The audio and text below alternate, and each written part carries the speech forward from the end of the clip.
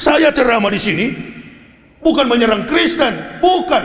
Sayang kepada mereka supaya masuk Islam. Asyidau alal kupar, keras kepada kafir supaya sembuh, termasuk wali kota Solo ini.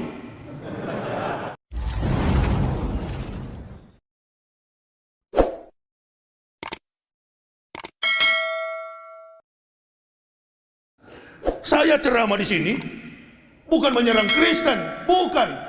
Sayang kepada mereka supaya masuk Islam.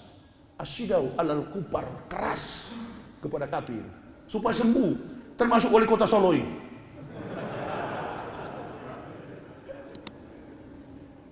Jangan dengar, beliau ini kan sarjana, terpelajar sampai jadi pejabat. Masa mau dengar omong kosong pendeta? Masuk saja ke dalam walladzina kafaru wa kassabu bi ayatina ulaika ashabun nar khalidina fiha wa bi'sal masir. Orang-orang kafir yang mendustakan ayat-ayat kami tempatkan mereka ke dalam neraka jahanam. Itulah seburuk-buruk tempat kembali. At-Tagabun. Jadi pendeta-pendeta itu orang yang memalsukan Alkitab, Bible. 200 tahun Isa sudah diangkat di langit keempat, baru kitab suci Kristen ini muncul. Nah ini, berdiri di atas spekulasi logika filsafat manusia. Maka ketuhanan yang mereka anut adalah ketuhanan filsafat, teori filsafat, spekulatif, filosofis. Dan semua rumus ketuhanan itu ada dalam 14 surat tulisan tangan Paul of Tarsus, Epistle Paulus, tulisan tangan Paul. Antum bilang itu Injil, buktikan kepada saya, baik profesor Kristen maupun profesor Islam, buktikan kepada saya kalau ada Injil asli. Ada anak di Sumatera mengatakan, Ustaz, bapak saya punya kitab Injil asli. Allahu Akbar. Kapan dek bapak mau ketemu Nabi Isa alaihissalam? Kapan bapak mau ketemu Nabi Isa? Injil itu tidak terbukukan dalam bentuk buku begini. Enggak juga, enggak ada dalam mushaf. Enggak ada. Injil itu hanya ada pada lisan Nabi Isa alaihissalam. Di zaman beliau, kalau beliau pidato, tidak ada fasilitas handycam, alat perekam dan sejenisnya. Enggak ada. Misterius. Makanya orang Kristen membangun substansi esensial teologi Kristen itu dengan mengatakan dua kitab perjanjian lama, Old Testament and New Testament. Perjanjian lama adalah kitab bertuliskan bahasa aslinya Hebreu, Ibrani, dan bahasa perjanjian baru Greek, Yunani. Istilah Yesus itu istilah Greek. Harus ditelusuri baik secara antropologi maupun dalam konteks linguistik bahasa. Nah, itu. Jadi Yesus itu diambil dari dewa silsilah Romawi kuno, Lesos Christos, dewa kesuburan, Yesus. Apakah pernah ada nabi yang berasal dari keturunan orang Yunani? Itu satu. Kalau kita lihat Yeshua Hamashiach, ini rangkaian dari bahasa Ibrani yang nanti ada pada tahun 1947 ketika British London, Inggris menyerahkan kemerdekaan kepada Israel. Karena dia di bawah jajahan Israel di bawah jajahan Inggris. Baru ada bahasa Hebreu itu, bahasa Ibrani. Abjadnya memang hampir sama dengan Hijaiyah. Alef, Bet, Gimel, Dalet, He, Waw, Sayin, Ket, Tet, Yod, Taf, Lamet, Mem, Nun, Samek, Ayin, Pesade, Kofresi, Shin, Tau.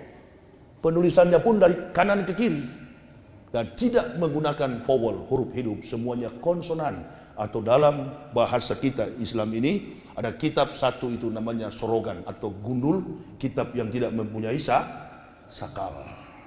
Itu tulisannya dari kanan ke kiri. Alhamdulillah sampai hari ini banyak pendeta tidak tahu di Indonesia ini. Makanya saya tunggu-tunggu kalau jadi debat ini. Allahu Akbar. Memang saya gulung-gulung di depan ini. Dia nggak tahu. Kalau dia tahu tentang Nabi Isa, betul-betul mereka tahu siapa Isa, bagaimana sepak terjang dakwah Isa, dari silsilah keturunan Isa, insya Allah saya yakin 1000% mereka pasti converts, masuk Islam. Tapi persoalannya karena tidak tahu, ini persoalannya. Karena nggak paham. Menuduh-nuduh Muhammad ini adalah orang yang membawa Al-Quran, membuat Al-Quran. Mana mampu Rasulullah SAW. Al-Quran ini bukan buatan Muhammad. Sebelum Muhammad datang, Al-Quran sudah datang. Ketika Allah Subhanahu wa Ta'ala memberikan Taurat kepada Musa di Bukit Tursina, "Wahai Moses, ini Musa, ya Musa, ini atau itu umat Muhammadin nur aini kaila yadruhum zulmatani." Wahai Musa, aku memberi kepadamu kitab Taurat, tapi ketahuilah sesungguhnya ini atau itu umat Muhammadin, akan datang umat Muhammad. Tadi saya katakan rentang waktu antara Musa dengan Isa 3500 tahun. Isa dengan Nabi Muhammad 576 tahun. Rentang waktu 4076 tahun. Belum datang Rasul sallallahu alaihi wasallam, umatnya sudah dijanjikan akan datang. Hebat gak ini Islam? Historik. Tidak ada sejarah, tidak ada teori. Tidak ada teori, tidak ada ilmu pengetahuan. No history, no truths. No truths, no theory, no science. Beberapa juta profesor di dunia ini, Allahu Akbar, membangun disertasi. Begitu datang peradaban baru, tergeser oleh pengaruh zaman. Tapi pernahkah Al-Quran bergeser? Pernahkah Al-Quran ini bergeser, menyimpang maknanya, definisinya sampai kepada makna spiritual yang diamalkan oleh umat Islam? Enggak pernah. Justru sebaliknya, Al-Quran terbukti mampu memberikan sumbangsi pengetahuan, teknologi dan teknologi. Science and teknologi. Kaya di dalam Al-Quran. Saya sudah pelajari selama 8 tahun. Baru saya masuk Islam. Bukan terpengaruh karena orang Islam yang bujuk. Nggak ada.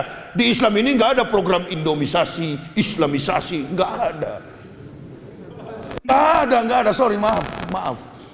Nah, beda dengan di sebelah sana. Program Indomisasi, program Kristenisasi, pemurtadan, pendangkalan akidah. Allahu Akbar. Nggak ada di Islam, nggak ada. Orang-orang yang masuk Islam itu orang-orang yang hebat, intelektualitas mereka di atas rata-rata. Nggak usah jauh-jauh deh. Saudara saya satu kampung itu, Rocky Gerung. Loh, itu kan liberal. Itu liberal. Dia bukan beragama Islam. Tapi konsep yang dia bangun dalam statusnya sebagai seorang filsuf dalam sebuah wacana peradaban sebuah negara, selalu standarisasinya kontekstual, sesuai dengan apa yang terjadi dalam sebuah struktur pemerintahan, baik yang menyimpang maupun yang lurus. Artinya apa? Pemikiran-pemikiran Rocky Gerung itu adalah pemikiran Islam.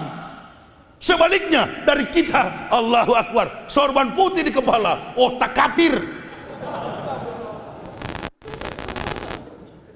Lalu saudara mau tanya, mana sebenarnya Islam yang asli ini, kan begitu? Mana sebenarnya orang Islam yang asli itu mana?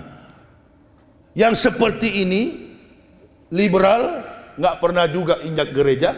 Kalau keluarga Rocky di Manado itu kan Protestan, Gemim. Itu kampung kami. Adiknya satu itu profesor, dekan Fakultas Pertanian yang ada di Unsrat. Jadi kalau hubung-hubungkan dengan pengaruh pemikiran kita secara ekseleji, etika, logika, estetika, itulah ruang yang paling tepat untuk mengukur standarisasi kebenaran suatu agama. Bukan membanding-bandingkan ayat Bible dibandingkan dengan Quran, Bible dibandingkan dengan Quran. Saya mau kasih tahu ke jamaah, kalau berdebat itu banding-banding ayat dalam Bible, ayat dalam Quran, sampai kapanpun orang kafir tak masuk Islam. Karena itu akan terkesan sama-sama kuat. Dia punya argumen dalil teologis. Di Islam juga kita punya dalil argumen teologis. Tapi kita mesti pakai cara Syekh Abdul Qadir Jailani. Menyanggah lawan, mengalahkan lawan dengan kitab lawan. Nah, kalau dia mau singgung soal Al-Quran, Allahu Akbar. Dalam Islam ini banyak yang punya kompetensi, kemampuan itu. Kesimpulannya, kitab Kristen itu standarnya adalah hadis yang dhaif. Paham kira-kira? Standarisasi, keaslian, legalitas daripada Bible Kristen, New Testament adalah hadis doib. Berhentilah kalian, hai orang-orang yang mengaku kristolog, berdebat membanding-bandingkan Al-Quran. Lahudau rahmatul lil mu'minin. Karena dia adalah rahmat sekaligus pedoman bagi orang-orang beriman. Gak boleh. Al-Quran bukan kita pembanding. Al-Quran kita pelurus. Yang meluruskan yang bengkok-bengkok di dunia ini, itu namanya Al-Quran. Dia buku yang bercerita, kitab yang bercerita peristiwa yang pernah, sementara, dan akan terjadi. Kezoliman manusia di Indonesia saat ini ada dalam Al-Quran.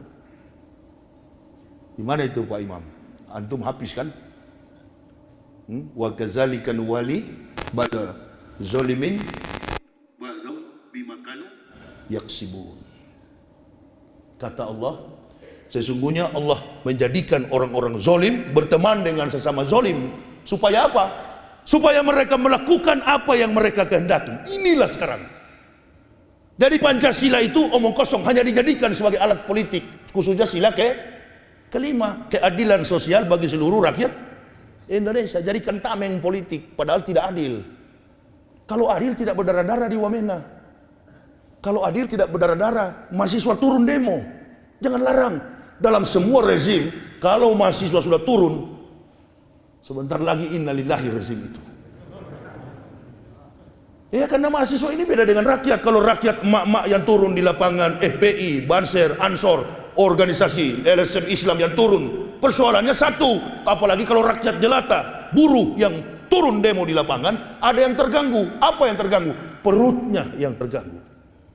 Tapi kalau mahasiswa sudah turun, Allahu Akbar, bukan perutnya, intelektualitasnya yang terganggu. Itu harus dibedakan. Lalu ngomong